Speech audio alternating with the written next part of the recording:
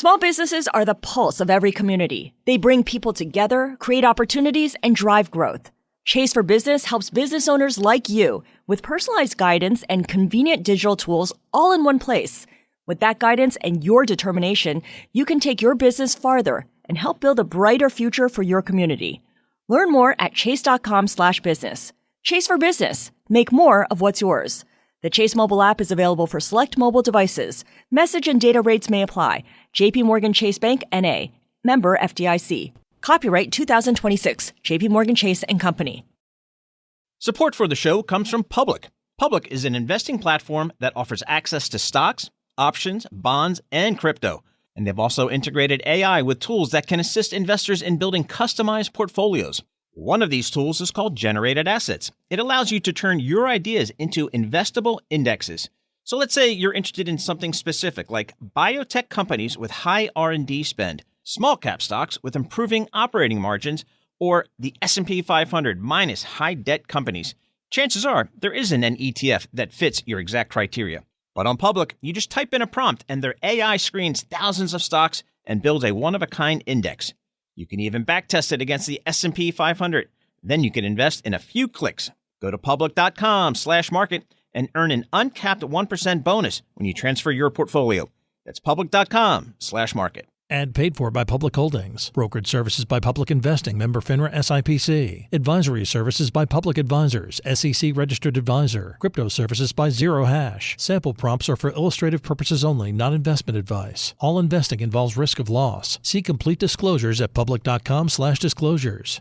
You need to make a huge presentation in an hour. Luckily, Adobe Acrobat Studio uses AI to take all your documents and generate a presentation with a single click, building slides faster than ever before. So if you need a last-minute pitch deck, do that with Acrobat. Need to level up your presentation design? Do that with Acrobat. You have 30-plus documents that need to be simplified into a proposal? Do that with Acrobat. Learn more at adobe.com/do-that-with-Acrobat.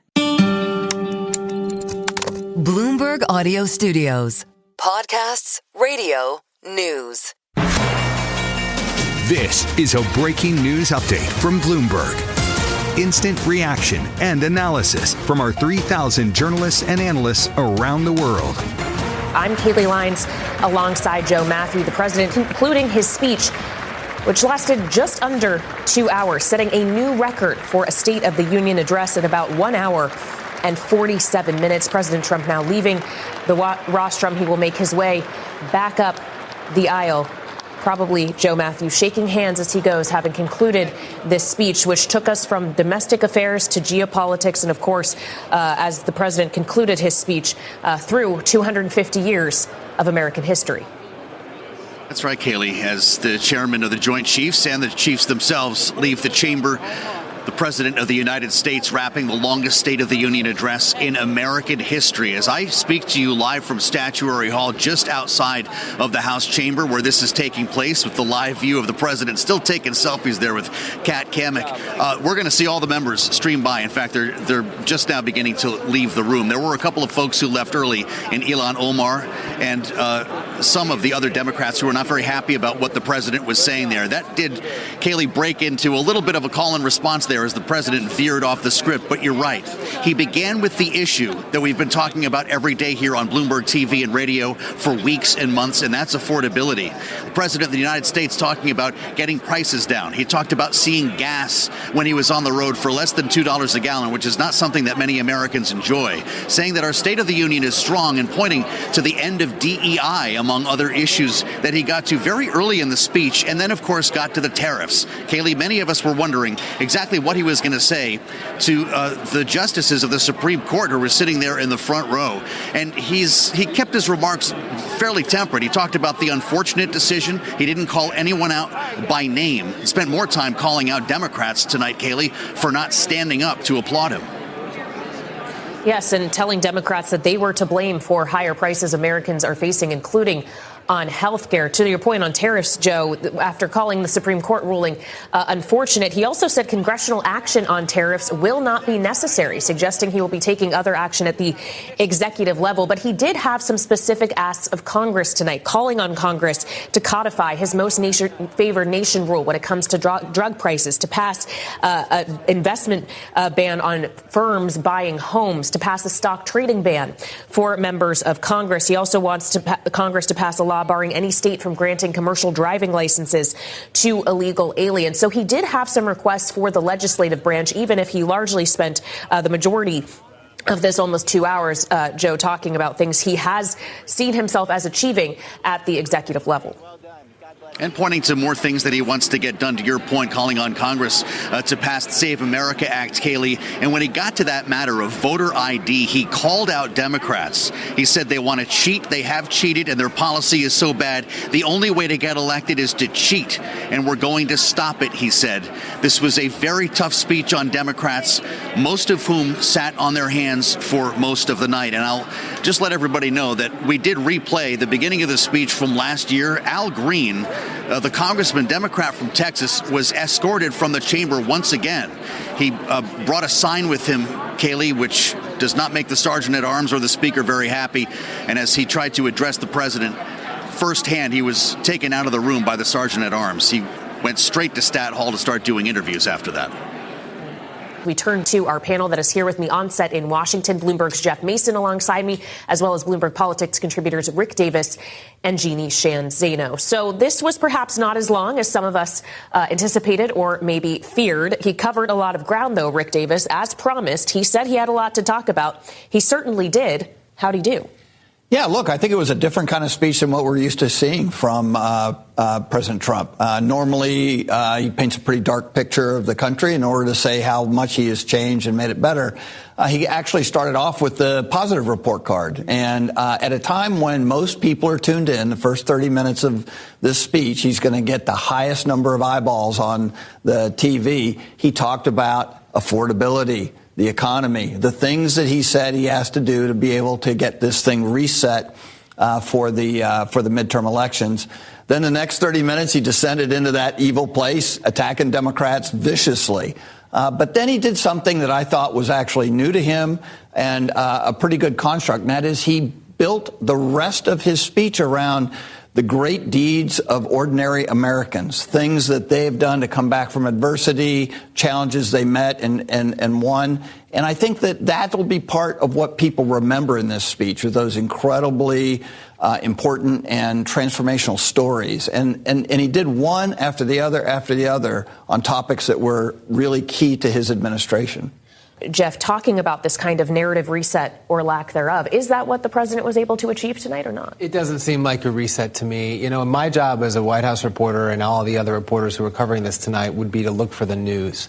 And usually we look for new policy, something that he would unveil or suggest this is what I'm going to work on in the coming year. And there just wasn't a lot of that in this speech. I think Rick is right that there was certainly a nice tone at the end that wouldn't be applicable to the entire speech.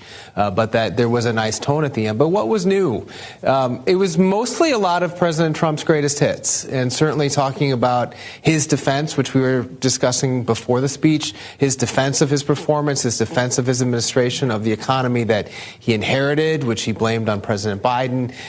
Those are all things that are pretty regular aspects of a Donald Trump speech.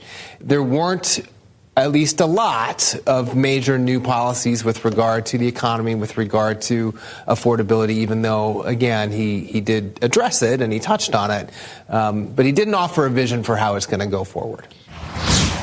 Joining us now, as you can see, if you're with us on Bloomberg TV, is the Secretary of the Interior, Doug Burgum. Mr. Secretary, great to have you with us here on Bloomberg TV and radio. I'd like to zero in on the president's speech with you from your vantage point. Record length and a lot to talk about. What did he propose for the year ahead that's important to your agency? Well, Let's just start at the top line. This is incredibly courageous, forward-looking talk, and celebrating our 250th anniversary as a country, going literally back to our founding. And then tonight, who would have known when you're coming to hear the speech, you're going to get an opportunity to be present for the Medal of Honor being delivered twice. One for heroics from a warrior from World War II and Korea War, who's 100 years old, and then someone who just weeks ago was courageously led the charge as one of our helicopter pilots when they were arresting Maduro. So it spanned the whole 250 years. But again, I would just say two takeaways: peace around the world, prosperity for Americans, affordability.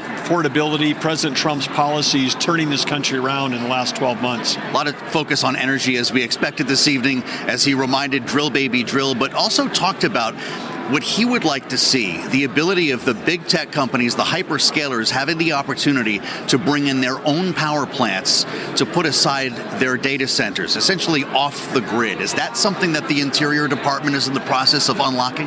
Well, absolutely.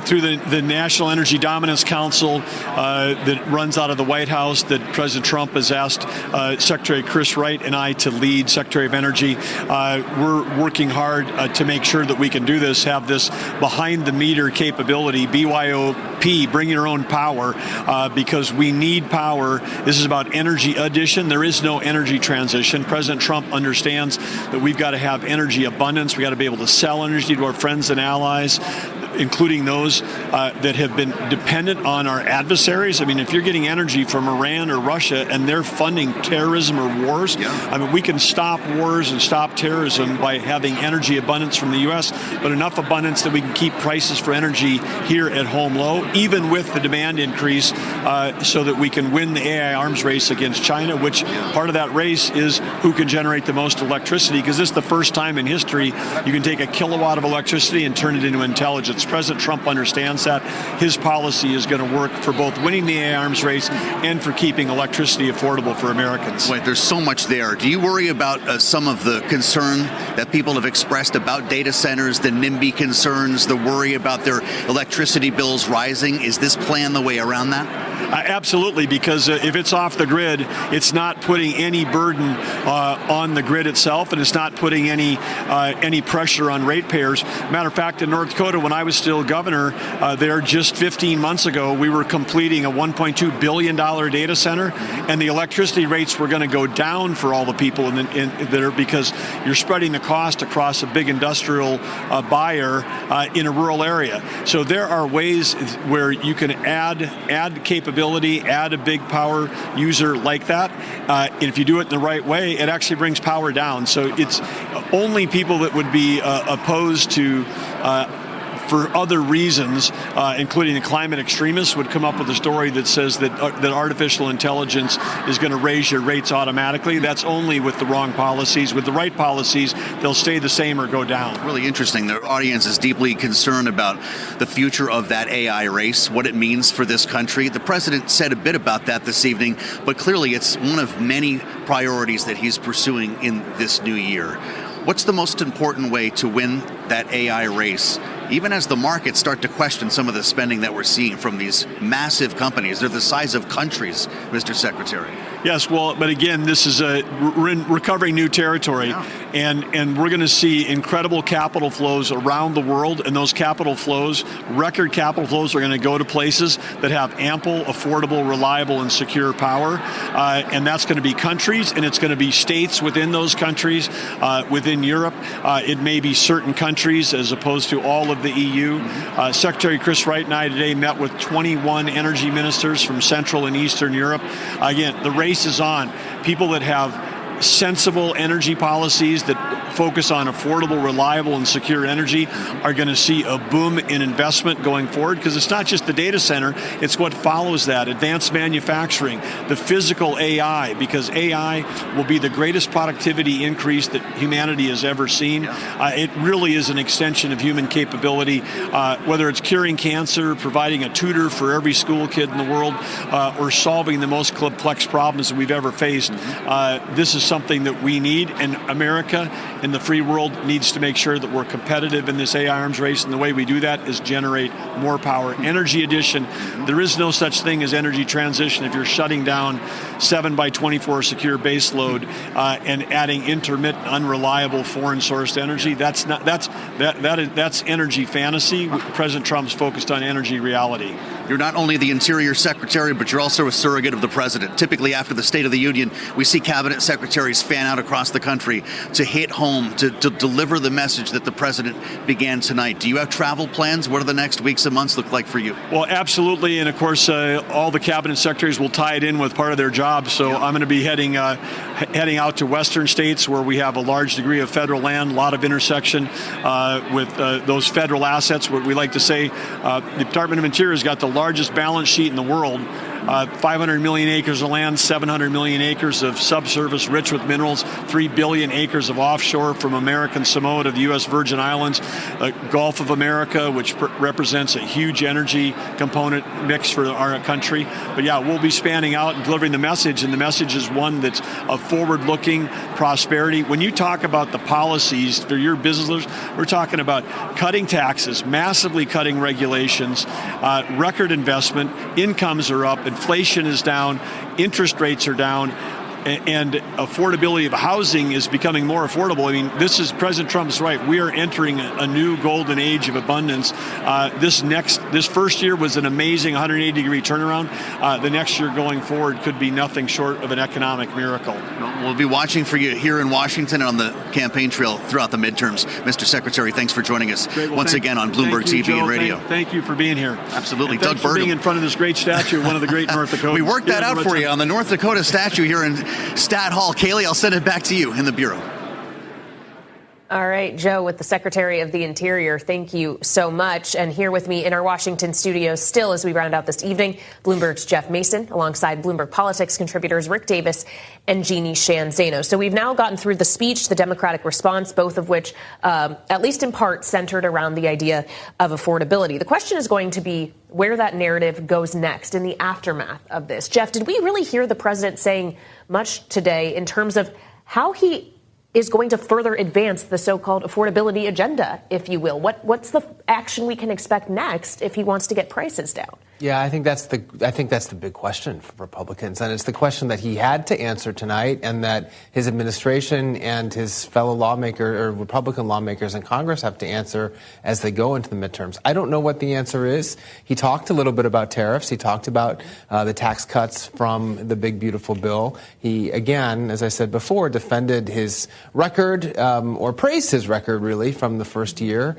as something worth running on. But he didn't come out and say, this is part two. This is my next sort of goal for working on affordability going forward. He talked a little bit about health care, but otherwise not a whole long list of policy ideas for the next several months. Well, and health care was one of the areas, Rick, in which he was making a specific ask to Congress, codify my most favored nation rule. He also asked them to ban investment firms from buying homes in an effort to obviously address the housing and supply issue we have in this country. But given that it is an election year, the midterms are getting closer with every day that passes, are we actually going to see legislation in that regard or any others?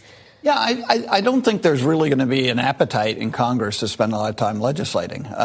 This is a year where they go back to their districts and they try to win re-election. So certainly the energy that the House had to pass his, big, beautiful bill and other items in the first year agenda is just not going to be there this time. Plus, even their margins are slimmer than they were at the start of the last year. And I, too, was surprised that he didn't spend more time on health care in the sense that this is the cause of the greatest, longest government shutdown in history just a few months ago. And yet he really just sort of retreaded the same rhetoric that he's done before. So, yeah, I think there's something in there that he could campaign on. These are not programs that are necessarily new.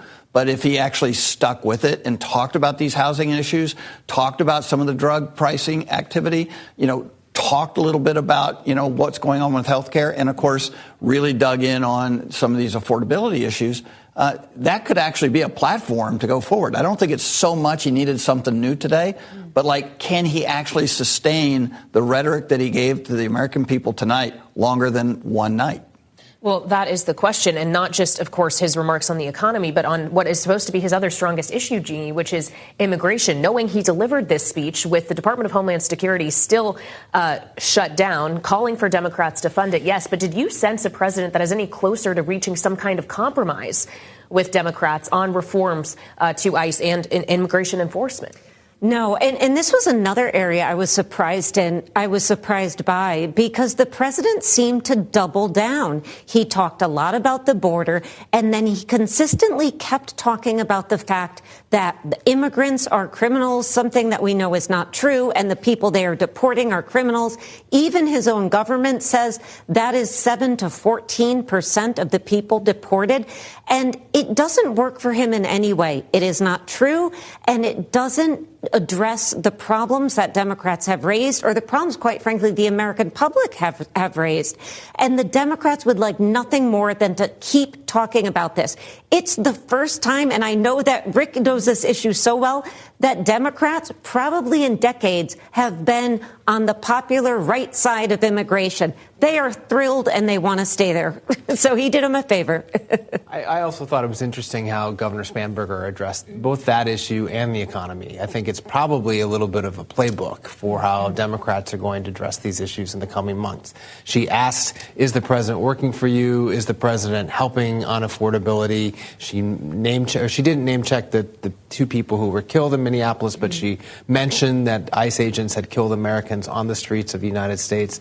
Those are pretty salient points that she made in a much shorter speech that I imagine we'll be hearing Democrats repeating in the coming months. And we just have less than a minute left, Jeff, but the president did touch on Iran this evening, saying he would prefer diplomacy, but saying he will never allow the world's #1 sponsor of terror to have a nuclear weapon. By the time this week is out, could we very well have see the president decide that diplomacy will not work? It's hard to say. I mean, this is a decision that we've been looking for and waiting for some time now. He talked about it, as he said, but he didn't really give an indication of the direction that he's going. Saying that he wants diplomacy is something that he has said before.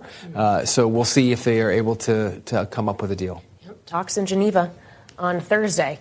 Meantime, it's almost Wednesday here in the United States. As we round out the State of the Union evening, we're approaching midnight. Bloomberg's Jeff Mason and Bloomberg Politics contributors Rick Davis and Jeannie Shanzana with us throughout the coverage this evening. We so appreciate you joining us, and we thank you for joining us on this special coverage of President Trump's State of the Union. I'm Kaylee Lyons alongside Joe Math.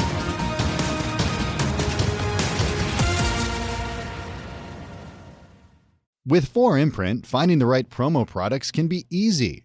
They call it 4imprint Certainty, which means you get free samples, expert help, art assistance, and their assurance your logo looks great.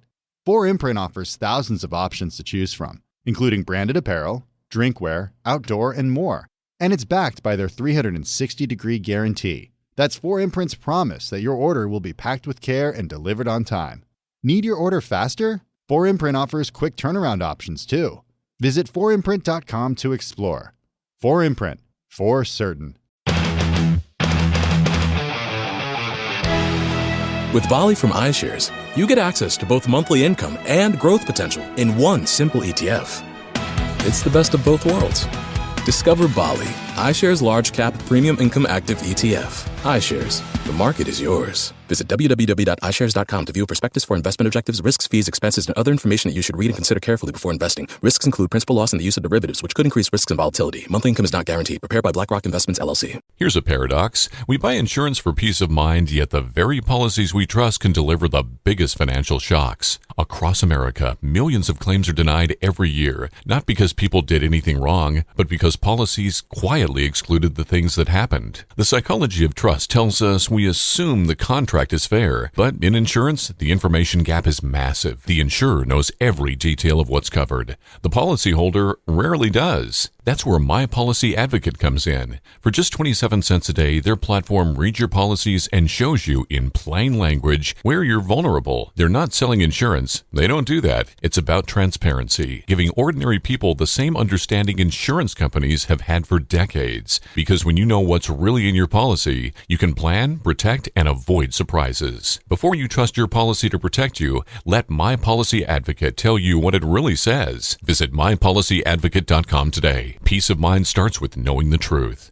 mypolicyadvocate.com.